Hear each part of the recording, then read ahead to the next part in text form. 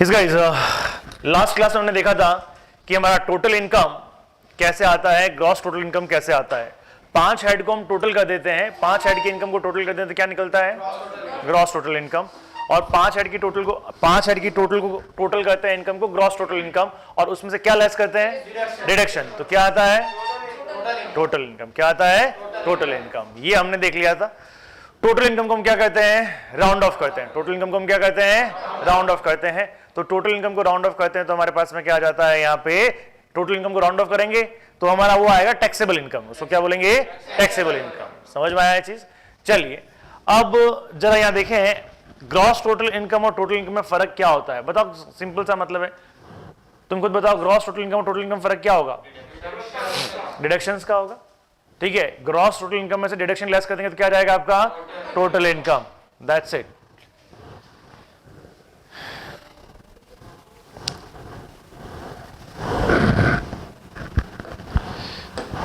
Yes, ये rounded off का मतलब समझ में आया आपको? ये समझ में आया आपको? राउंड ऑफ का मतलब समझ में आया? राउंड ऑफ क्या होता है आपके पास में? 5 लास्ट डिजिट अगर 5 और क्या है? मोर है तो increase to next multiple of 10। Clear? उसके बाद में अगर लेस देन 5 है, क्या है ये? लेस देन 5 है तो क्या करते हैं? रिड्यूस कर देते हैं उसको नेक्स्ट लेवल। समझ में आ रही बात ना? उसको रिड्यूस कर देते हैं, नहीं तो 5 और उससे ऊपर है तो उसको इंक्रीज कर देते हैं। ये हमने कल देख लिया था। अच्छा, अब कुछ स्टेप्स देखेंगे कि क्या स्टेप्स रहते हैं हमारे कंप्यूटेशन ऑफ टोटल इनकम के, क्या स्टेप रहते हैं, हमें क्या क्या करना चाहिए। तो उसमें अगर मैं पहला स्टेप देखूं तो स्टेप नंबर 1, सबसे पहले हमें रेजिडेंशियल स्टेटस पता करना होता है। रेजिडेंशियल स्टेटस का मतलब क्या होता है? कौन सा पर्सन, कोई पर्सन इंडिया में रेजिडेंट है या नहीं है, इंडिया में रेजिडेंट है या नहीं है, वह मतलब होता है रेजिडेंशियल स्टेटस का। समझ में आ गया बात? तो रेजिडेंशियल स्टेटस का मतलब क्या होता है? पर्सन इंडिया में रेजिडेंट है या नहीं है, that is called the residential status. अब अगर पर्सन इंडिया में रेजिडेंट है, इंडिया में रहता है, तो उसकी टैक्सेबिलिटी अलग से कंप्यूटेशन होता, उसका अलग से कंप्यूटेशन होता है। और अगर पर्सन इंडिया में नहीं रहता है, नॉन रेजिडेंट है, तो उसकी कंप्यूटेशन अलग से होती है, मतलब उसकी अलग अलग इनकम टैक्सेबल होती है। तो वो हम चेक करेंगे। सो सबसे पहले क्या करेंगे हम? रेजिडेंशियल स्टेटस सेक्शन 6 में बात करेंगे। जब एक बार पता चल जाता है कि वह रेजिडेंट है, नॉन रेजिडेंट है, इंडिया में रहता है, नहीं रहता है, तो सेकंड स्टेप आता है हमारा। और उस सेकंड स्टेप में क्या होता है? हम टोटल इनकम को कंप्यूट करते हैं। हम क्या करते हैं? पर्सन की टोटल इनकम को क्या करते हैं? कंप्यूट करते हैं। पर्सन की टोटल इनकम को कंप्यूट करते हैं। इधर खाली हुई, हाँ जी। सो पर्सन की टोटल इनकम को कंप्यूट किया जाता है। क्लियर? वही टोटल इनकम कैसे कंप्यूट करते हैं? 5 हेड की इनकम है, वो सारी बातें हम देखते हैं। 5 हेड की इनकम में किस तरह से कैलकुलेशंस होती है वो हम चेक करते हैं। उसके बाद में हम क्या करते हैं? यहां पे क्लबिंग ऑफ इनकम। क्या कहते हैं? Clubbing of income. अब यहां पे हम क्या करते हैं? स्टेप 5 में क्या करते हैं? हम 5 हेड की इनकम को कंप्यूट करते हैं। अलग अलग हेड की इनकम को क्या करते हैं? कंप्यूट करते हैं। सबसे पहला काम क्या करते हैं? Residential status. फिर क्या? Computation of income of individual head. Computation of income of individual head. समझ में आया? फिर क्या करते हैं? फिर हम देखते हैं clubbing of income. Clubbing of income का मतलब क्या होता है? किसी और पर्सन की इनकम, जैसे हमने एक माइनर चाइल्ड का बात किया था कि माइनर चाइल्ड की इनकम पे टैक्स कौन देता है? उनके पेरेंट्स देते हैं। तो पहले क्या किया? पहले हमने पेरेंट्स की इंडिविजुअल इनकम कैलकुलेट कर ली। पेरेंट्स की इंडिविजुअल इनकम को हमने कैलकुलेट कर लिया। और उसके बाद में हमने क्या किया? पेरेंट्स की इंडिविजुअल इनकम को कैलकुलेट करने के बाद अगर माइनर चाइल्ड की कोई इनकम है तो वो किस में इंक्लूड हो जाएगी? पेरेंट्स की इनकम में इंक्लूड हो जाएगी। समझ में आ रहा है चीज? हेड वाइज इंक्लूड हो जाएगी। आपको सिर्फ अभी इतना ध्यान रखना है कि यस, इसमें क्या करेंगे? इंडिविजुअल हेड की इनकम निकालेंगे।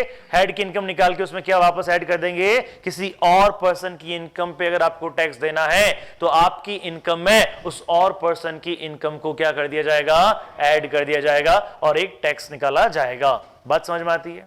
चलिए, so this is your step number 3। तो आपको स्टेप नंबर 1 में क्या हो गया आपका रेजिडेंशियल स्टेटस, स्टेप नंबर 2 में क्या हो गया computed income of different head of the assessee, SSC का डिफरेंट हेड में कंप्यूटेशन करने का है। समझ में आया चीज। थर्ड में क्या करते हैं हम लोग क्लबिंग, क्या करते हैं क्लबिंग। तो क्लबिंग की बात करें, क्लबिंग का मतलब समझ में आता है आपको। क्लबिंग का मतलब क्या होता है, किसी और की इनकम को हम अपनी इनकम में क्या करते हैं ऐड करते हैं, तो that is called the clubbing of income. Hope you understood, यहां तक बात समझ में आती होगी।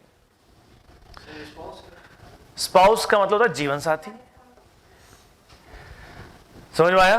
तो जीवन साथी कभी कभी आगे बात करेंगे कौन कौन सी इनकम को हम क्लब करेंगे, कौन कौन सी इनकम को हम एक पर्सन की इनकम में कौन कौन सी इनकम दूसरों की ऐड होगी, इसका बकायदा अलग से चैप्टर आएगा क्लबिंग ऑफ इनकम, उसमें हम बात करेंगे।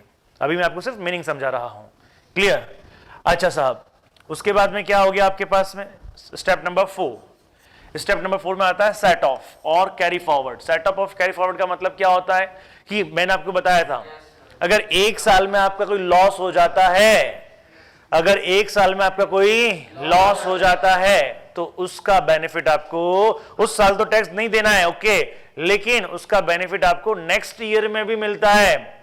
जैसे ईयर 1 में आपका 5 लाख का लॉस हो गया, ईयर 1 में आपका 5 लाख का लॉस हो गया और ईयर 2 में आपका 7 लाख का प्रॉफिट हो गया, तो ईयर 1 में टैक्स देना है क्या? नो, लॉस पे कोई टैक्स नहीं होता, इनकम पे टैक्स होता, नेगेटिव इनकम पे कोई भी टैक्स नहीं होता। ईयर 2 में क्या है आपका वो, हाँ जी, अगर मैं ईयर 2 की बात करता हूं, ईयर 2 में क्या है आपका प्रॉफिट कितना है 7 लाख का प्रॉफिट है। 7 लाख में से कितना लेस करेंगे 5 लाख को लेस करेंगे, पीछे कितना आता है 2 लाख, तो उस 2 लाख को हम क्या करेंगे बेटा, उस पर टैक्स लगेगा। तो ईयर 2 में आपका टोटल इनकम कितना हुआ 7 लाख, टोटल इनकम कितना हुआ 7 लाख, टोटल इनकम कितना हुआ 7 लाख, 7 में से कितना लेस हो गया 5 लाख, तो पीछे कितना बचा 2 लाख, तो 2 लाख पे आपका क्या होगा बेटा टैक्स देना पड़ेगा। तो इस प्रोसेस को बोलते हैं सेट ऑफ। एक साल का लॉस अगले साल की प्रॉफिट से या एक साल का लॉस अगले साल की इनकम से क्या हो जाता है सेट ऑफ हो जाता है, दैट इज सेट ऑफ। समझ में आता है कैसे कैसे किया? सबसे पहले क्या किया रेजिडेंशियल स्टेट, फिर इंडिविजुअल हेड इनकम, फिर क्लबिंग, फिर सेट ऑफ। ये हो गया, यहां तक बात समझ में आती है, ये समझ में आता है साहब, ये क्लियर है।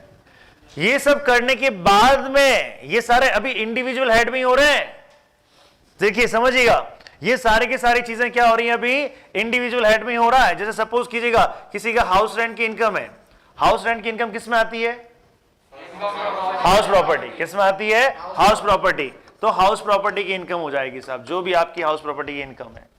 इसमें किसी और बंदे की इनकम ऐड करनी है तो हम क्लब कर देंगे, हम क्या कर देंगे क्लब कर देंगे, तो ये क्लब हो जाएगा। सब इंडिविजुअल हेड में हो रहा है, समझ में आया। इसमें यदि कुछ सेट ऑफ करना है तो हम क्या कर देंगे सेट ऑफ भी कर देंगे। हाँ जी, ये सब इंडिविजुअल हेड में ही हो रहा है, ये सारी बातें, ये सारी बातें इंडिविजुअल हेड में हो रही है। अभी तक की सारी बातें इंडिविजुअल हेड वाइज। अब ये इंडिविजुअल हेड की हमारे पास में क्या हो जाएगी, इस तरह से हमारे पास में क्या हो जाएगा टोटलिटी आ जाएगा, टोटल आ जाएगा। समझ में आया, ये क्या आ जाएगा आपका टोटल आ जाएगा। उन सबको टोटल करेंगे तो क्या आ जाएगा आपके पास में gross total income, computation of gross total income. Clear. फिर डिडक्शन होगा किसमें से ग्रॉस टोटल इनकम में से, कहां से कहां तक का सेक्शन 80 से। क्लियर। ग्रॉस टोटल इनकम आएगी तो क्या आएगा भैया आपका, फिर ग्रॉस टोटल इनकम में से मैंने क्या लेस कर दिया डिडक्शन, क्या आया टोटल इनकम। टोटल इनकम को हम क्या करेंगे किसके मल्टीपल में, ये कौन सा सेक्शन है सेक्शन 288 ए हमें कहता है कि इस टोटल इनकम को हमें क्या करना है राउंड आउट ऑफ करना है, किसके मल्टीपल में 10 के मल्टीपल में। समझ में आया आपको। हाँ जी, उसके बाद में अब ये टोटल इनकम आ गई, this is called so called taxable income. ये क्या है टैक्सेबल इनकम। इस पे हम क्या करते हैं टैक्स कंप्यूट करते हैं, इस पे हम क्या करते हैं टैक्स कंप्यूट करते हैं। और एप्लीकेशन ऑफ, तो जो हम टैक्स कंप्यूट करेंगे तो उस पर हमें क्या अप्लाई करना पड़ेगा? टैक्स रेट्स अप्लाई करना पड़ेगा। क्या अप्लाई करना पड़ेगा? टैक्स रेट अप्लाई करना पड़ेगा। तो यहां पे रेट ऑफ टैक्सेस अपने को अप्लाई करना पड़ेगा। रेट ऑफ टैक्सेस अपने को अप्लाई करना पड़ेगा। समझ में आया? क्लियर है point? Any doubt in this? Rate of tax क्या होती क्या नहीं होती अपने को ना पता, विल डिस्कस। ओके, चलिए हमने टैक्स रेट अप्लाई कर लिया तो क्या आ गया आपका? टैक्स आ गया। क्या आ गया भैया? आपका टैक्सेबल अमाउंट आ गया। ठीक है, यहां तक की बात करेंगे। रिबेट सरचार्ज क्या होता है, ये सारी बातें मैं बाद में करूंगा। आपको पहले यहां तक बात समझ में आई? ये बातें मैं करूंगा नेक्स्ट पार्ट में। अभी बताओ यहां तक स्टेप 8 तक समझ में आया आपको? चलिए चेक करते हैं अपने को कितना याद हुआ। पहला, दूसरा, individual income, individual head income of same person. तीसरा, क्लबिंग। चौथा, सेट ऑफ कैरी फॉरवर्ड। समझ में आ रहा है बात? पांचवा, ग्रॉस टोटल इनकम। छठा, डिडक्शन। सातवां, टोटल इनकम। आठवां, टैक्स कंप्यूटेशन। ये 8 बातें आपको ध्यान रखनी है। 8 बातें आपको पूरी याद होनी चाहिए, कंठस्थ होनी चाहिए कि क्या सेट ऑफ क्या प्रोसेस होता है। ठीक है, हम सारे उसके बाद की बातें भी है कुछ, लेकिन अभी अपने को नहीं पता क्या रिबेट है, क्या मार्जिनल रिलीफ है, क्या है, ये कुछ आइडिया नहीं है अपने को। धीरे धीरे धीरे हम आइडिया लेंगे। यहां तक किसी को डाउट हो तो बताओ, आज की क्लास में किसी को डाउट हो तो बताओ। चलें आगे। हाँ जी बेटा, अब देखिए इसी को उस चार्ट फॉर्म में बनाया गया है, कोई दिक्कत नहीं है। हाँ जी, अब हम इस कॉन्सेप्ट पे एक बार वापस जाएंगे, प्रीवियस ईयर और असेसमेंट ईयर। इसके अंदर प्रीवियस ईयर को एग्जैक्ट बात करें इससे पहले हम असेसमेंट ईयर की बात करते हैं। इससे पहले किसकी बात करें? Assessment year. असेसमेंट ईयर का मतलब होता है, अगर मैं बात कहूं, असेसमेंट ईयर का मतलब होता है ऐसा ईयर, ऐसा फाइनेंशियल ईयर जो 1 अप्रैल से चालू होता है और अगली 31 मार्च को खत्म होता है, वो हमारा असेसमेंट ईयर होता है। तो assessment year always be of 12 month. Assessment year always be of 12 month. समझ में आ रहा है चीज? असेसमेंट ईयर का मतलब क्या होता है? ऐसा ईयर जो कहां से चालू होता है? 1 अप्रैल से चालू होता है और अगली 31 मार्च को खत्म होता है। Assessment year always be 12। समझ में आया जी ये चीज? अब ये डेफिनेशन दे रखी है आपको सेक्शन 2 सबसेक्शन 9 में। अच्छा, अगर डेफिनेशन, अच्छा डेफिनेशन के कुछ सेक्शंस देखें। सबसे पहले कौन सा सेक्शन था? 231, मतलब अपन ने डिस्कस किया वो। 231 किसका था? पर्सन। उसके बाद में 27 एसएससी, 224 इनकम, और यहां पे 29 क्या है आपका? Assessment year. कहीं ना कहीं साइड में लिखते जाना, कहीं ना कहीं एक आपका एक्ट बना लेना, बियर एक्ट। आपका खुद का बियर एक्ट होगा, किसी और का नहीं होगा। ये जितने भी सेक्शन, जैसे रोज के आप जो भी सेक्शन डिस्कस करते हो, मेरी आपसे दरख्वास्त है कि जो आपका रजिस्टर है, रजिस्टर के लास्ट के 5 पेज 6 पेज आप चैप्टर, ये सेक्शन, बस सेक्शन और उसका नाम, सेक्शन उसका नाम, कुछ नहीं लिखना उसमें आगे, सिर्फ सेक्शन उसका नाम, सेक्शन उसका नाम, और रोज उसको एक बार देख लेना है। 6 से 7 पेज में पूरे इनकम टैक्स निपट जाएगी। और अगर आप देखें और अगर आप रोज रिवाइज करेंगे तो ऑटोमेटिकली दिमाग में बातें आती रहेगी। अभी गिने चुने सेक्शंस किए हैं हमने, गिने चुने सेक्शंस किए हैं। कोई भी सेक्शन ज्यादा लगाओ ना, सेक्शंस किए हैं। हाँ जी, सैलरी कौन सा सेक्शन है? 15 to 17। House property 22 to 27। बीपीवी 28 से 44। ये जो जो किए हैं ना उसको लिख डालो, कोई दिक्कत नहीं है। पहले सेक्शन फिर नाम, सेक्शन ये, सेक्शन नाम, करो तो सही। समझ में आया ये चीज? देखना एंड में मैं आपको याद दिला दूं, अगर मेरे कहे अनुसार किया बेटा, मैं आपकी टैक्स को मैं टिप्स पे कर दूंगा, टिप्स पे। शर्त एक ही है, अपनी अक्ल नहीं लगानी है, जैसा मैं कहता हूं उसको आपको फॉलो करना है। जहां आपने अपनी अक्ल लगाई नहीं से इसको मैं ऐसे नहीं ऐसे कर दूंगा, न्यू कर लूंगा, मेरे गया भैया, फिर कनेक्शन नाता टूट जाएगा। समझ में आ रहा है चीज? आज से ही अपनी हैबिट डालें, अपना खुद का बियर एक्ट। उस 5 पन्ने पीछे से 5 पन्ने छोड़ दें, 5 से 6 पन्ने छोड़ दें। My own bare act, I love this. लिखे हैं, बकायदा लिखे हैं, my own bare act, my own income tax act, my own income tax, I love this. और लिखे नीचे आई लव दिस। रोज पढ़ेंगे ना, ऑटोमेटिकली कनेक्शन बैठेगा। क्लियर? देखते हैं कल कितने लोग बना के लाते हैं। मैं फोर्स नहीं करूंगा, अभी मैं फोर्स नहीं करने वाला। अभी आप लोग बड़े हो चुके हो, मैं जबरदस्ती पीछे नहीं पड़ूंगा, कर ये वो ना। इस बार की अप्रोच मेरी थोड़ी दूसरी रहेगी, क्योंकि दोनों तरफ से कनेक्शन होना चाहिए। वन साइडेड काम नहीं आता है साहब। ठीक है, चलिए। असेसमेंट ईयर, असेसमेंट ईयर का मतलब 2 सबसेक्शन क्या है, 9, ये समझ में आता है।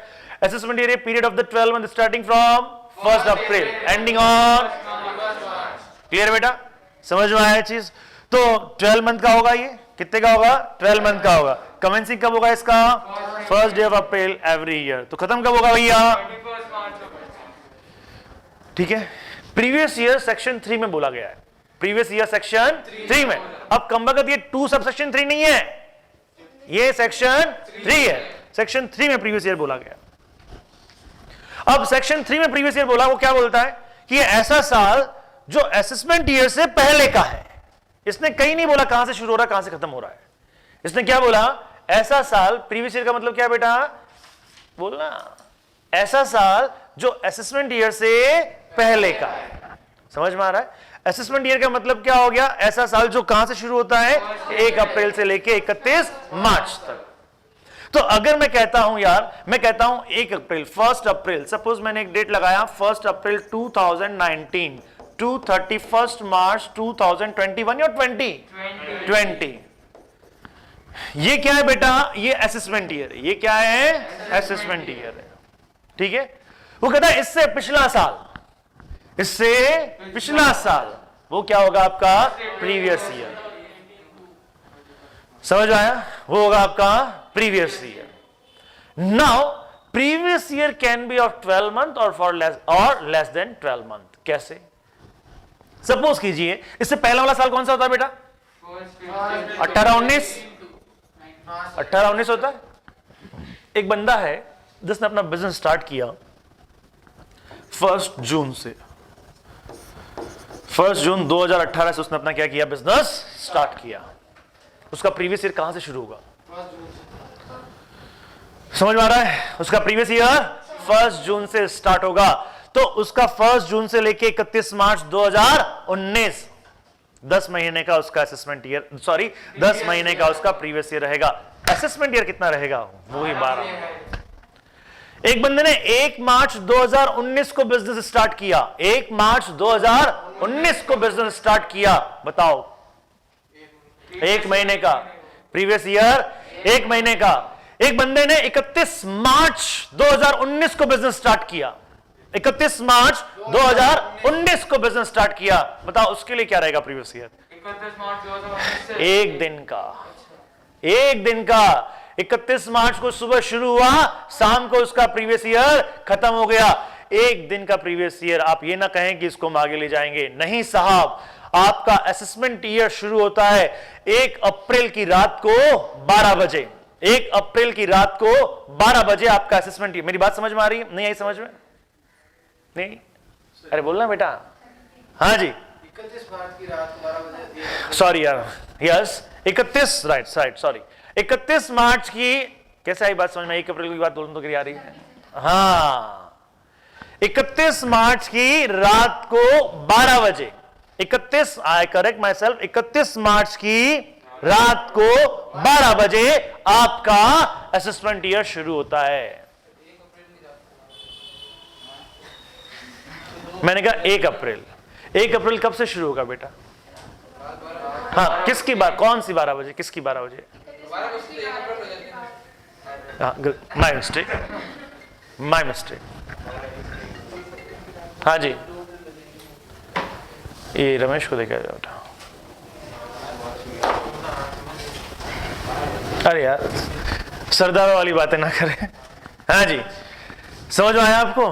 तो अगर मैंने 31 मार्च की रात को 9 बजे बिजनेस स्टार्ट किया, 3 घंटे समझ में आ रही है बात? 9 बजे मैंने कहा आप बिजनेस स्टार्ट करते हैं, मेरा क्या है, वो चौकड़िया है, मुहूर्त है.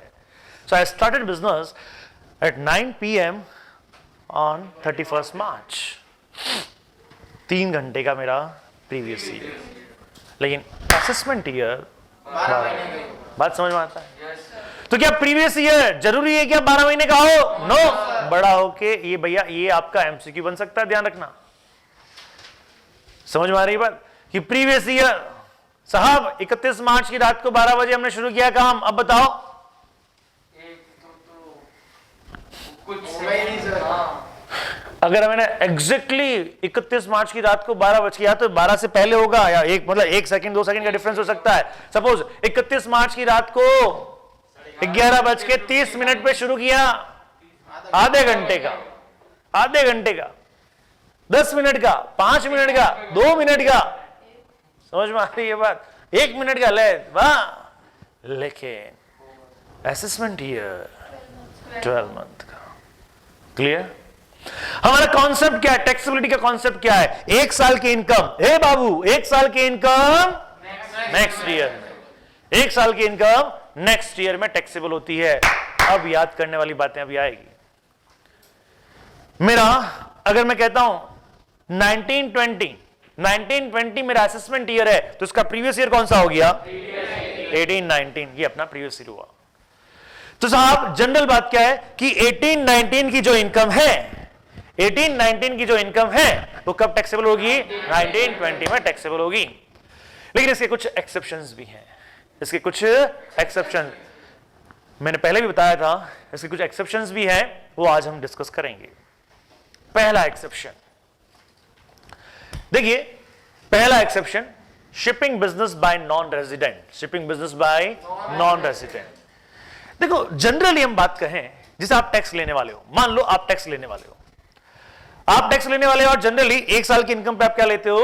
अगले साल टैक्स लेते हो. ठीक है, अब बताओ इसका एक्सेप्शन का मतलब क्या हो गया? उस साल का टैक्स तू उसी साल में दे. बताओ किससे लेना चाहोगे? जो भाग जाएगा. चांसेस है कि वो कहीं भाग जाए, चांसेस है उसको अगले साल हम पकड़ नहीं पाए. समझ में आ गया? चांसेस है वो बुलबुला उठा और वापस शांत हो गया. मेरी बात समझ में आ रही है? ये चांसेस रहेंगे. क्लियर? चांस. तो यहां पे पहला पॉइंट देखो, चलो याद करने की टेक्निक से बताता हूं, फिर पॉइंट को ऊपर नीचे कर लेंगे. मान लेते हैं कि हमको एक 31st की नाइट बनानी है. क्या बनानी है? 31st की नाइट हमको बनानी है और इसके लिए हमने फिल्म स्टार को बुलाया है. ठीक है, किसको बुलाएंगे साहब? अक्षय कुमार को बुलाया है साहब, और किसी और बुलाएंगे? चलिए अक्षय कुमार, करीना कपूर, आपने इन सबको बुलाया है. यहां पे अगर मैं बात कहूं तो ऐसी कंडीशन, अब आपने क्या किया? 4-5 लोग इकट्ठा हो गए, 4-5 लोग इकट्ठा हो गए हैं, 5 लोग इकट्ठा हो गए हैं और वो क्या मना रहे हैं? वो नाइट का सारा अरेंजमेंट कर रहे हैं, उसके पासेस बांट रहे हैं, उसके मतलब एक और इवेंट ऑर्गेनाइज कर रहे हैं सब.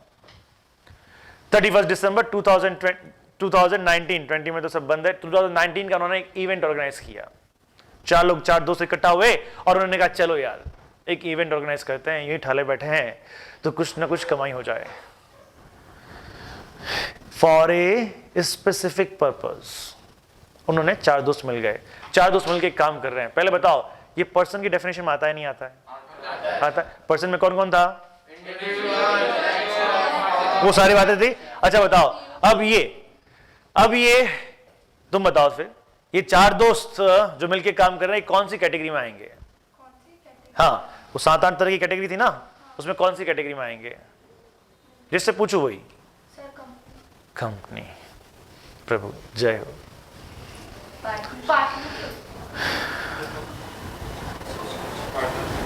Body of India.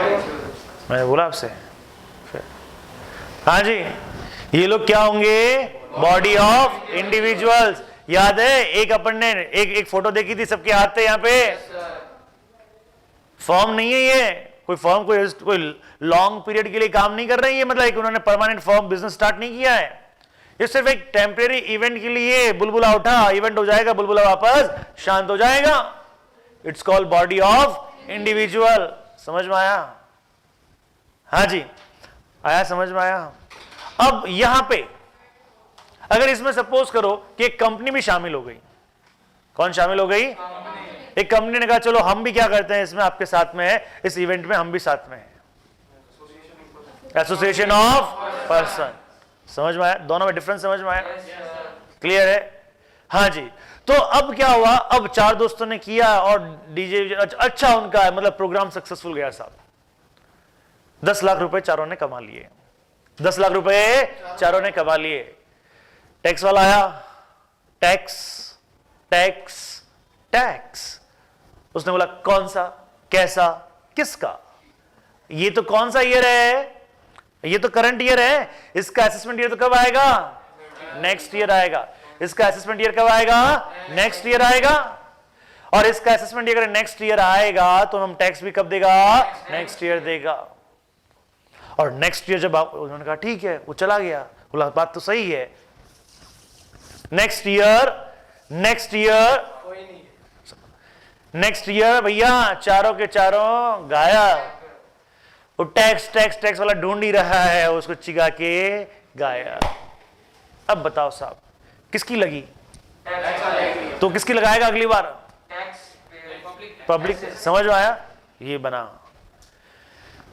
अगर कोई APBOI या कोई टेम्परेरी वर्क के लिए आप काम करते हो तो भैया जिस साल में आपका काम फिनिश हो गया है, जिस साल में आपका कंप्लीशन हो गया है, उसी साल आपको क्या देना पड़ेगा? टैक्स देना पड़ेगा। समझ में आया चीज?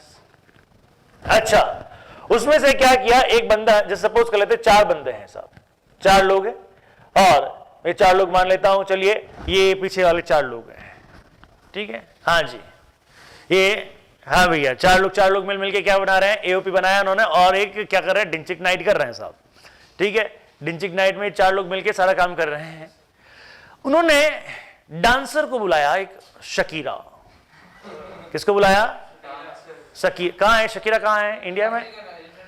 अच्छा, अफ्रीकन है, हाँ जो भी अफ्रीकन है, इंटरनेशनल है, शकीरा को बुलाया साहब, ठीक है?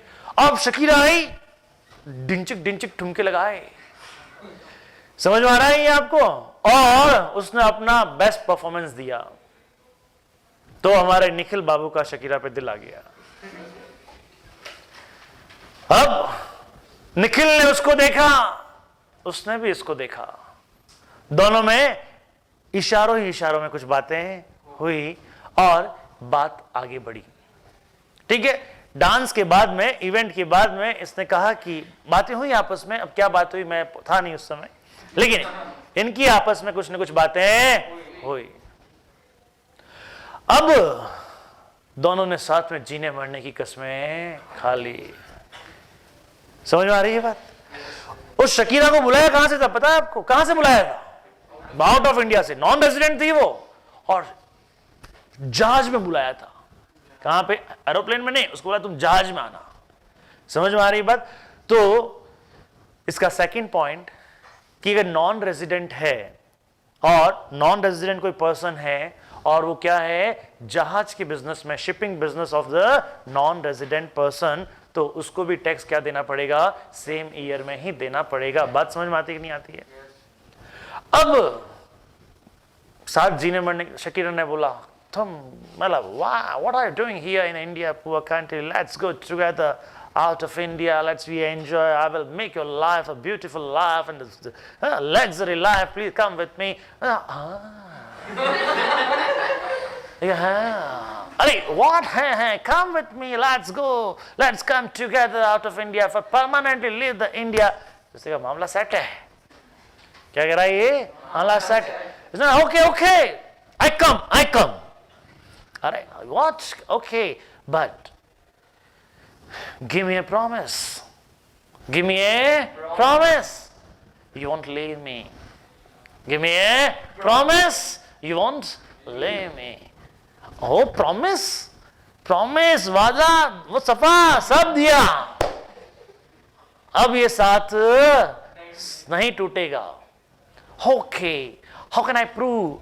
How can you prove this promise? You are good on your promise. Hey, gentlemen, because it's love at sight. इसने कहा ठीक है। इसने क्या किया? अपना बिजनेस, जो भी इसका कारोबार था, सब बंद। बिजनेस को सेल कर दिया साहब, बिजनेस को क्या कर दिया? सेल कर दिया। जो प्रॉपर्टी थी सब सेल कर दी। समझ में आ रहा है? और भाई साहब वीजा अप्लाई, अब परमानेंटली बाहर जाने के लिए है तैयार। क्या किया? बिजनेस सेल कर दिया, क्या किया? कैपिटल एसेट बेस, प्रॉपर्टी भी सारी सेल कर दी। क्या किया? क्या किया? परमानेंटली इंडिया को, परमानेंटली इंडिया लीव कर रहा है नाउ। और चला भी गया सब परमानेंटली इंडिया। और सब लोग दोस्त बोले, रहे क्या हुआ क्या हुआ क्या हुआ? बोला रहे शकीरा आई उसको लेके उड़ गई। ठीक है, समझ में आ रही है ये बात साहब? 5 पॉइंट थे, मैंने आपको बता दिए। पहला point AOP, BOI, artificial JJP, जो कि टेम्परेरी टेम्परेरी किसी वर्क के लिए इमर्ज होते हैं। दूसरा पॉइंट क्या है आपका? शिपिंग बिजनेस, नॉन रेजिडेंट कौन से बिजनेस में है? Shipping business. हम कह सकते हैं shipping business of non resident. समझ में आया? तीसरा business sale, closure of the business. चौथा transfer of any asset, transfer of any asset to avoid the taxation. पांचवा लिविंग परमानेंटली आउट, मतलब आप इंडिया को परमानेंटली क्या कर रहे हो? Living India permanently. समझ में आ रहा है? अगर ये 5 कंडीशन है, याद हुई कि नहीं हुई आपको? अगर ये 5 कंडीशन है बाबूजी, टैक्स उसी साल का उसी साल में देना पड़ेगा। समझ में आया? इसमें एक पॉइंट ध्यान रखना है, क्या पॉइंट है वो? कि अगर आप बिजनेस बंद कर रहे हो, अब ये तो ठीक है कनेक्शन बिठाया इसलिए, वरना अगर आप नॉर्मली बिजनेस बंद कर रहे हो साहब, बिजनेस नहीं करना। और असेसिंग ऑफिसर को ये पता है ये कहीं भागने वाला नहीं है, तो वो आपको कह सकता है बाबूजी कोई दिक्कत ना है, आप असेसमेंट ईयर में टैक्स दे देना, कोई दिक्कत नहीं है, आपका असेसमेंट उस ईयर में हो जाएगा।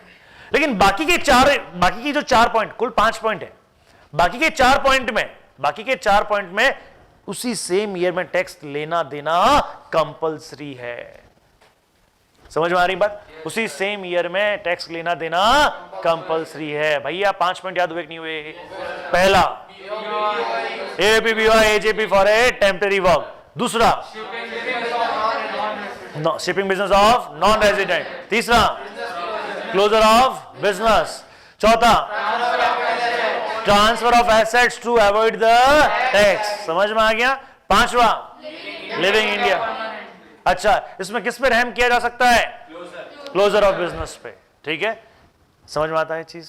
किसी को कोई डाउट है इसमें? ट्रांसफर ऑफ कैपिटल एसेट पे टैक्स मतलब सिर्फ एक ही एक्सेप्शन में उसी साल लगता है, बाकी हमेशा असेसमेंट ईयर में लगता है। हाँ, कैपिटल नहीं। हाँ, जनरल प्रिंसिपल आपका है, आपने इसलिए ट्रांसफर किया, अगले साल टैक्स देना पड़ेगा आपको। क्लियर है? सर पार्टनरशिप भी अगर जैसे स्पेसिफिक पर्पस के लिए वो टेम्परेरी पर्पस के लिए, अगर टेम्परेरी वर्क के लिए है, सपोज करो अब इसमें टेम्परेरी वर्क के लिए यदि कुछ काम किया है कि आपने 4 महीने के लिए हमने कहा हमने पार्टनरशिप इजाद कर ली साहब, ठीक है, लेकिन टेम्परेरी वर्क है, तो उसके बाद में अपने बिजनेस को क्या कर रहे हो? वापस क्लोज कर रहे हो। किस में आ गए? क्लोजर ऑफ बिजनेस में आ गए। समझ में आ गया चीज? क्लियर है? तो क्लोजर ऑफ बिजनेस में है। हाँ, अब उनको अगर पता है कि ये अगले साल दे देंगे, कोई दिक्कत नहीं है, नहीं तो भैया उसी साल दे दो। ये वो बात अभी यहाँ डिस्कस नहीं करेंगे, वो उसके लिए कंसल्टेंसी लगती है अलग से। ठीक है, बहुत सारी बातें हैं, और वो तो टैक्स मैनिपुलेशंस में आ जाएगा। मेरी एसेट्स थी, मैंने इसको ट्रांसफर कर दी कम पैसों में। ठीक है, 80 लाख की प्रॉपर्टी है, मैंने इसको कम पैसों में ट्रांसफर कर दी, 40 लाख में ट्रांसफर कर दी, मैंने वो 50 लाख में खरीदी थी। समझ में आ रहा है? उसके बाद में उस पर क्या हुआ? रेंट वगैरह इसको आ रहा है। ये बहुत सारी बातें हैं। आप अपनी अगर इनकम टैक्स ऑफिसर को लगता है कि आप अपनी प्रॉपर्टी किसी और को ट्रांसफर कर रहे हो टू अवॉइड द टैक्सेशन, तो भैया आपका उसी समय वो टैक्स ले सकता है। समझ में आ रही है चीज? क्लियर है पॉइंट? तो प्रीवियस ईयर असेसमेंट ईयर का कॉन्सेप्ट समझ में आया आपको? हाँ जी। Previous year of newly establishment business, क्या 12 महीने का होना जरूरी है? क्या कम हो सकता है? ठीक है। हाँ जी, rule of taxability. Rule of taxability क्या मतलब क्या है? कि आपका करंट ईयर की इनकम पे टैक्स कब लगता है? नेक्स्ट ईयर लगता है। प्रीवियस ईयर की इनकम पे टैक्स कब लगता है? असेसमेंट ईयर में। लेकिन उसके कुछ क्या है? एक्सेप्शंस है। कुछ क्या है? एक्सेप्शंस है। आइए पहला exception, shipping business by non resident. समझ में आता है? क्लियर है? हाँ जी। सेक्शन क्या है इसका? 172। दूसरा, person living India, permanently person living India कर रहा है भैया, उसका नो इंटेंशन, जैसे कह रहा है नहीं अब जीना मरना, साथ साथ no intention of returning back to India. अभी फ्लाइट में उड़ रहा है इंडिया, पूरा इंडिया आई एम गोइंग, समझ में आ रहा? अब वापस नहीं आने का। क्लियर है? हाँ जी। ये A O P, B O I, A J P, form for a particular event और पर्पस। आया समझ में? आया? हाँ जी। Person likely to transfer property to avoid tax. समझ में आता है चीज? अच्छा, फिर डिसकंटिन्यूएशन ऑफ बिजनेस। ये पांचों पॉइंट समझ में आ गए? यहां पे कुछ रहम है। डिसकंटिन्यूएशन बिजनेस में क्या है? अच्छा साहब, अगर हम सेक्शंस की बात करें तो मेरा सेक्शन 174 जो है 172, मेरा सेक्शन 172 किसका है? आपका शिपिंग बिजनेस का। किसका है? Shipping business. तो आप जब अपना चार्ट पीछे क्रिएट करोगे ना तो उसमें क्या लिखोगे? 172, सेक्शन 172 किसके लिए? Shipping business. आया समझ में? और कुछ नहीं लिखने का है, बस सेक्शन 172 दिस वन। क्लियर? उसके बाद में 174 पर्सन लिविंग इंडिया। ठीक है? बस अब यहां पे जरूरी नहीं है कि हमें, अभी मुद्दे की बात क्या है, हमें ये पॉइंट्स याद हो जाने चाहिए। हमें ये पॉइंट्स याद हो जाने चाहिए। ठीक है? क्लियर है? तो आप जब पॉइंट लिखो ना तो अपनी स्टोरी के फॉर्म में लिख देना। तो पहला क्या था आपका? इवेंट का था, तो पहला इवेंट वाला लिख देना। मतलब जिस तरह से आप समझ सकते हो वैसे लिख देना, जो आपके लिए कन्वीनियंट हो वैसे लिख देना, लेकिन लिखना जरूर। ठीक है? अपना खुद का ओन एक्ट बनाना जरूर। चलिए, ये क्या है? 174A। ठीक है? उसके बाद में क्या है आपका? 175। ठीक है? हाँ जी। फिर क्या है आपका? मर्सी कहां पर है? 176 में है। समझ में आती है चीज ये? हाँ जी। In the above four cases, it is mandatory for the assessing officer to assess the income in the year in which it is earned. समझ में आ रहा? However, in fifth case कौन सा है अपना? Discontinuation of business. It is at the discretion of the assessing officer. उसकी इच्छा पर डिपेंड करता है कि वो सेम ईयर में ले या नेक्स्ट ईयर में ले। आ गया? अगर उसको ये लगता है कि भैया कहीं भागने वाले नहीं है, तो उसको लगता है कहीं ये भागने वाले नहीं है, तो ऐसी कंडीशन में वो कब ले लेगा? नेक्स्ट ईयर ले लेगा। क्लियर है? समझ में आया चीज? हाँ जी। अब ये कुछ क्या है? Previous years of undisclosed income. Undisclosed income क्या होती है? What do you mean by undisclosed income? अब अनडिस्क्लोज इनकम का मतलब क्या होता है? जैसे सपोज कीजिएगा, आपने कभी कभी देखा होगा बहुत बड़ी बड़ी शादियां होती है, बहुत बड़ी बड़ी शादियां होती है, वहां पे इनकम टैक्स वाले पहुंचाते हैं। एक बहुत लग्जरी शादी हो रही है साहब, करोड़ों रुपए खर्च हो रहे हैं और इनकम टैक्स वाले पहुंच गए, देख रहे हैं। अभी तो नगर निगम वाले भी पहुंचते हैं, वो अलग बात है ना, फोटोग्राफी लेते हैं, नगर निगम वाले पहुंचते हैं।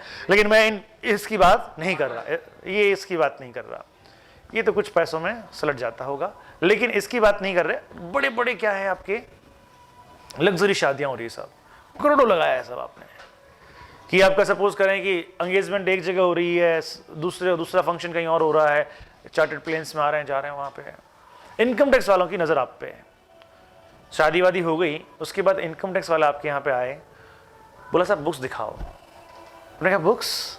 हाँ बुक्स दिखाओ ना, आपने इतना खर्चा किया। हाँ मैंने इतना खर्चा किया, मैंने ये किया वो किया। अच्छा किताबें दिखाओ, वो खर्चा पैसा कहाँ से आया, उसका हिसाब किताब कहाँ है? अब आप कहते हो वो तो पता, अब हिसाब तो रखा नहीं अपन ने, हिसाब तो अपन ने, क्योंकि ये 2 नंबर का इनकम होगा। 2 नंबर का इनकम क्या होता है भैया? हाँ, ऐसा इनकम जिसको हमने डिस्क्लोज नहीं किया, 2 नंबर के काम से नहीं, ऐसा इनकम जो हमने डिस्क्लोज नहीं किया, जिस पे हमने टैक्स पे नहीं किया, वह इनकम हमारी क्या है? 2 नंबर की इनकम, अनडिस्क्लोज इनकम है। तो वो हमने खर्च की तो उसकी नजरों में आया, अरे भैया खर्च किया तो कहीं से तो लेके आया होगा, या तो तू उधार लाया होगा या कहीं से इनकम होगी। उधार लाया तो बता कहां से उधार लाया, उसने कहा सर मैं तो उस फलाने आदमी से, मैंने मेरी बुक्स में आया सर मैंने तो शिवानी से 5 करोड़ उधार लिए हैं। अच्छा शिवानी, कोई बात नहीं, उधार लिया है ना, तो कहां से लिया है? बैंक अकाउंट में होगा? नहीं सर कैश में है। अच्छा कैश में है तो उसकी बुक्स में भी कैश में एंट्री तो होगी, तेरी कैश बुक में एंट्री होगी। अगर मैं एंट्री करना भूल गया, अच्छा तू भूल गया ना, शिवानी ने तो की होगी। शिवानी से पूछा हाँ भैया, हाँ दिया तो होगा पर याद नहीं, 5 करोड़ याद नहीं। हाँ एंट्री करी? नहीं एंट्री नहीं करी। समझ में आ रहा है ये बात? तो अब आपको यहां पे लपेटे में ले लिया जाएगा। दैट इज अनडिस्क्लोज्ड इनकम हो गई आपकी। जितना भी खर्चा किया ना वो सारा क्या है? अनडिस्क्लोज्ड इनकम है, वो आपके लिए टैक्सेबल हो जाएगा जिस ईयर में अनडिस्क्लोज्ड इनकम सामने आई, बाहर आई। ठीक है, और टैक्स की रेट भी मजेदार होती है 60%। खर्चा वो किया ही किया, ले दे 60%। समझ में आ रहा है? That is called the undisclosed income. समझ में आ रही कि नहीं आ रही बात? तो अब जैसे अगर मैं बात कहता हूं यहां पे क्या है, जैसे अनएक्सप्लेन इन्वेस्टमेंट, समझ में आता है? अनएक्सप्लेन इन्वेस्टमेंट का मतलब क्या हो गया? आपका घर है, आपके नाम से रजिस्ट्री करवाई हुई है, बंगला है, खेत है, खलियान है, लैंड है, आपके नाम से रजिस्ट्री है, लेकिन उसका आपने बुक्स में उसकी एंट्री करी भी नहीं है। कहां से आया भैया पैसा? हाँ हूं दे दे हूं 60%। समझ में आ रहा है चीज? नहीं आया समझ में? तो इन्वेस्टमेंट आपने, हाँ माना आपने इन्वेस्टमेंट किया, आपने एक बंगला लिया, माना आपने 4 करोड़ का बंगला लिया, तो पैसे कहीं से तो लाए होंगे। कहां से आए? बताओ ना कहां से सेविंग है, बताओ। नहीं तो इसका मतलब सारे बताओ कहां से आए भाई? इनकम में, आप इनकम से तो आया होगा ना, कहीं ना कहीं से इनकम है। सर मेरे तो वो मेरे क्या है, वो मेरे क्या है, वो 4 फादर्स का है। वो क्या है? कोई बात नहीं, 4 फादर्स का है तो वसीयत बता दो, वो बता दो, उसके थ्रू हो जाएगा भाई। इसका मतलब क्या हो गया? पहले उनके नाम का होगा, अब आपके नाम से रजिस्ट्री हुई होगी। नहीं मेरे 4 फादर ने ना पहले ना उनको दे दिया था पड़ोसी को, और पड़ोसी ने फिर मेरे नाम से, अच्छा बोला तू ही बना रहा। ऐसे 4 फादर नहीं होते। समझ में आ रही है बात? हाँ बोलो। सर केबीसी में दोनों पे लगेगा ना, अमिताभ बच्चन को जिसको देना है। ये कैसे? समझा नहीं प्रभु। सर अमिताभ बच्चन में भी तो मिलते हैं ना, करोड़ों में और लाखों में। हाँ तो अमिताभ बच्चन वहां पे काम कर रहा है, उसका वो प्रोफेशन है, उसको जो मिल रहा है उस पे वो अपने बिजनेस प्रोफेशन की इनकम है उस पे वो टैक्स देगा। और जिसको मिल रहा है, जिसको क्या मिल रहा है? मतलब जो जीता है, अरे जी जीता है, लॉटरी विनिंग रेस अपन ने देखा था ना, उसको भी टैक्स, वो उसको उसकी इनकम पे टैक्स देना पड़ेगा। आया समझ में? आया? हाँ जी। अनएक्सप्लेन्ड मनी,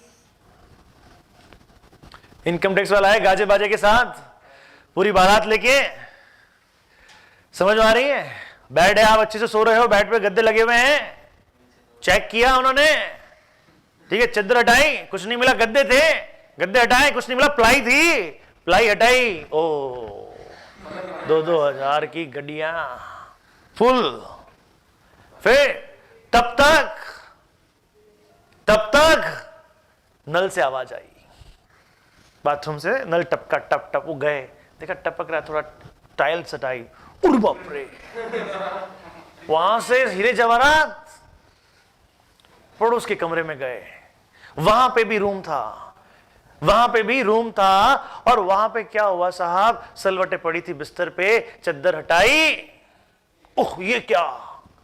वहां पे तो भैया जी गद्दे ही सोने के बने हुए। समझ में आ रही है? समझ में आ रही कि नहीं आ रही है? कहां से लाए पैसा? सर भगवान देता है, छप्पर फाड़ के देता है। सर हम तो भगवान का प्रभु ध्यान करते हैं। हाँ भगवान देता है, छप्पर फाड़ के देता है, छप्पर फाड़ के देता है बेटा, छप्पर फाड़ के टैक्स दे दे, ठीक है, आजा लपेटे में आजा। पूरी बारात के साथ आते हैं वो, इसको कहते हैं रेड। समझ में आ रही है बात? हाँ जी। और पहले उसके बारे में सब जगह पता करते हैं इसके क्या क्या ठिकाने हैं, और जितने भी ठिकाने होते हैं ना सब एक जगह डिस्काउंट, एक टाइम एक जगह खटाक से, मतलब पजामा पहनने का भी टाइम ना देते वो।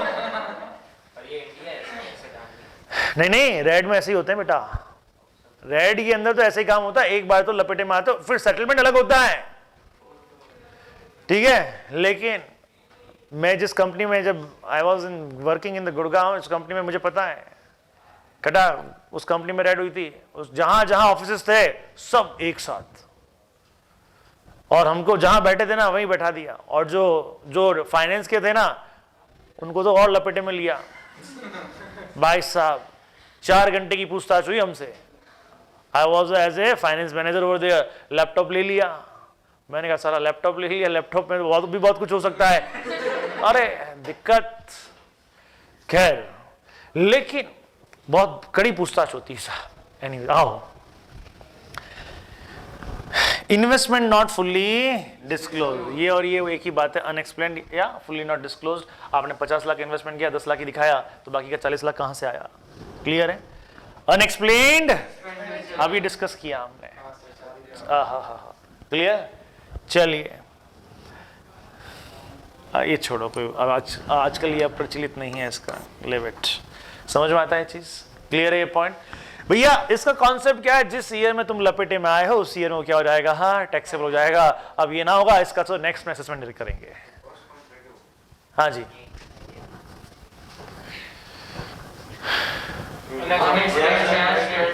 हाँ, अनएक्सप्लेन कैश क्रेडिट।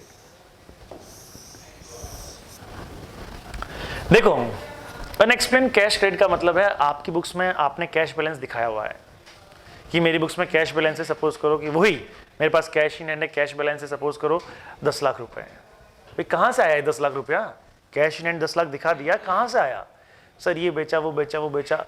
आप उसको ढंग से एक्सप्लेन नहीं कर पाए, वो चीज है अनएक्सप्लेन की। ठीक है, मोटा मोटी क्या है, कुल मिला के क्या है? अगर कोई भी अनएक्सप्लेन्ड एसेट्स है, अगर कोई भी अनएक्सप्लेन्ड एसेट है या अनएक्सप्लेन्ड एक्सपेंडिचर है, दो ही चीजें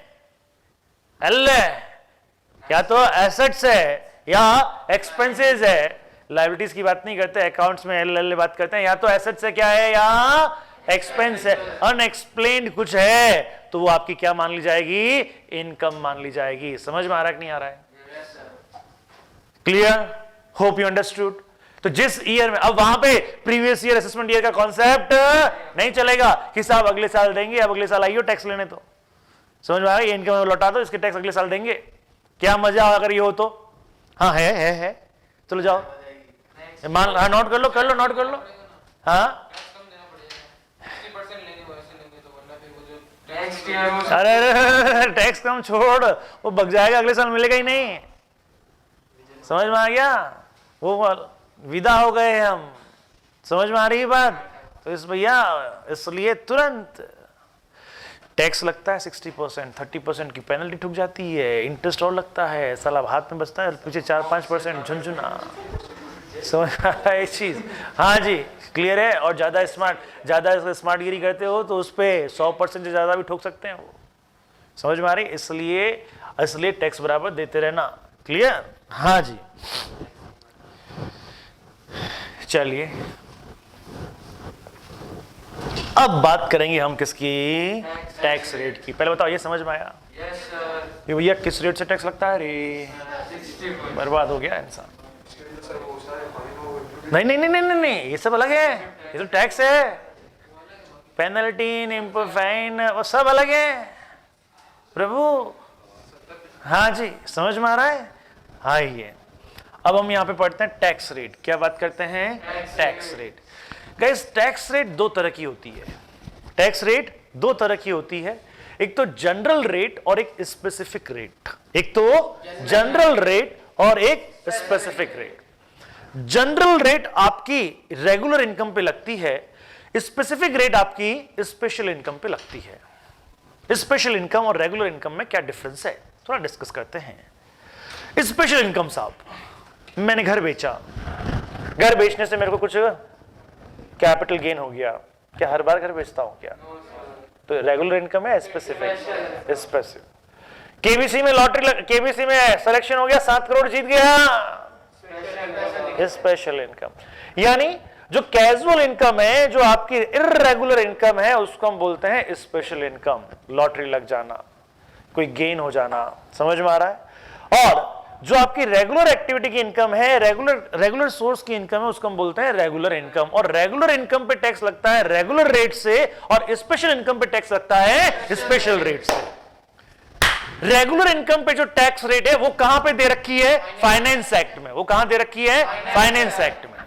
रेगुलर इनकम पे जो टैक्स लगता है उसकी जो रेट है वो कहां दे रखी है? फाइनेंस एक्ट में। ठीक है, स्पेशल रेट्स कहां दे रखी है? इनकम टैक्स एक्ट में। समझ में आया? कुछ रेट्स फाइनेंस एक्ट में और कुछ रेट इनकम टैक्स एक्ट में। किसी को डाउट इसमें तो बताएं।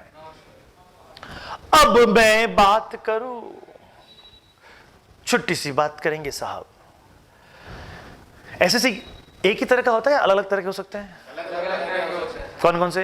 Individual, HUF, firm, company, AOP, BOI, local. समझ में आता है? इसमें मेरा इंडिविजुअल, सबसे पहला इंडिविजुअल, भारत में रहने वाला इंडिविजुअल जिसकी एज 60 साल से कम है। ठीक है, 2.5 लाख तक कोई भी टैक्स नहीं देना। 2.5 लाख तक कोई भी टैक्स नहीं देना है।